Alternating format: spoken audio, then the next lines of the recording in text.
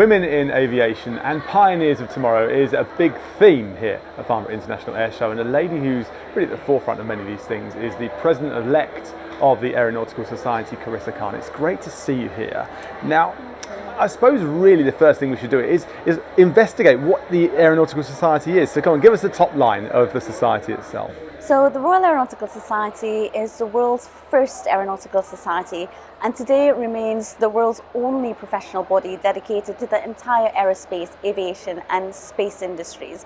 We were established in 1866, a very long time ago, before aeronautics was even recognized as a distinct science. And since then, we've been at the forefront of the first, the second, and now even the third aviation revolution. So, who is it actually aimed towards then, the Aeronautical Society? So the Royal Aeronautical Society, since it was set up, convened the pioneers of flight, the early inventors who made flight possible. In fact, the Wright brothers were one of the first to contribute to a technical journal on their first flight, and so they received a gold medal from the society. And until today, we've always been there to convene the pioneers of flight. So what about your involvement then in the aviation industry? How did it all start for you?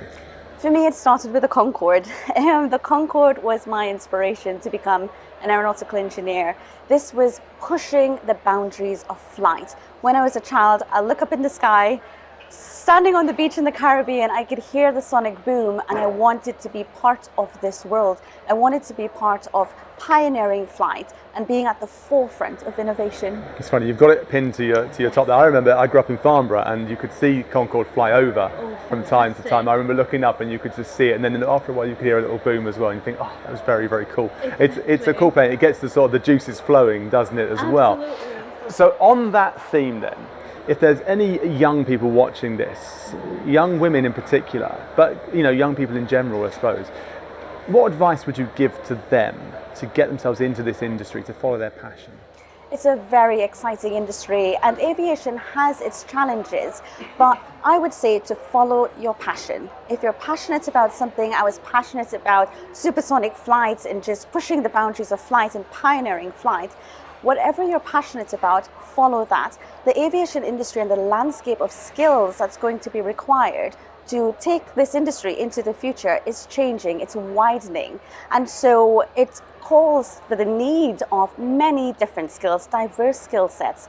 And so we need to ensure that the skill sets that we're attracting into the industry are diverse. Yeah, I guess it has to mirror, doesn't it? But it's such a big scope. That brings me, I suppose, nicely, well done to this, by the way, to the next question really is, if we fast forward 10 years, tricky number, but say 2032, what will the aviation industry look like, or what should it look like?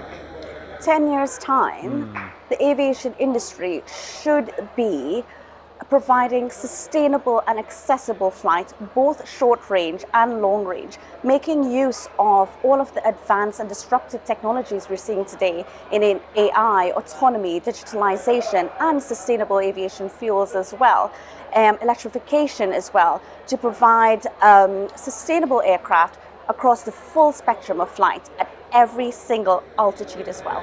We know about SAF, we know that SAF exists, we know it's out there, but what are the hurdles, perhaps, to this adoption of SAF today?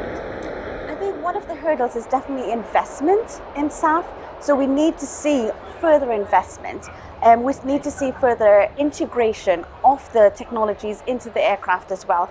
The aviation industry is really good about talking about things, but we want to see action. We want to see it happening.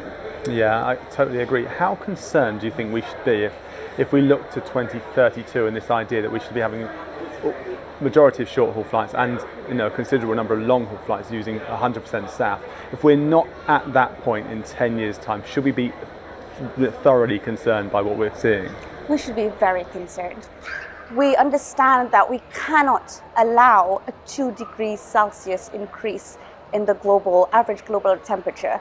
That will be detrimental. And so far, we've seen a lot of policy, we've seen a lot of ambitions to meet that 1.5 degrees limit, to make sure that we limit it to that. But we need to move fast and we need to take action now. We have long-term goals, but we need to make incremental, immediate, urgent action now, or else the most vulnerable populations will be affected. Aviation is accessible to the minority elite population.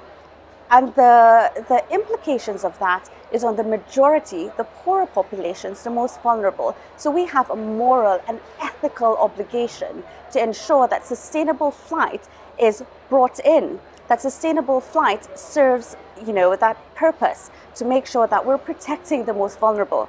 I'm a native of one of the tiny islands that will be impacted by a 2 degrees Celsius increase. In fact, it will be a death sentence for my people.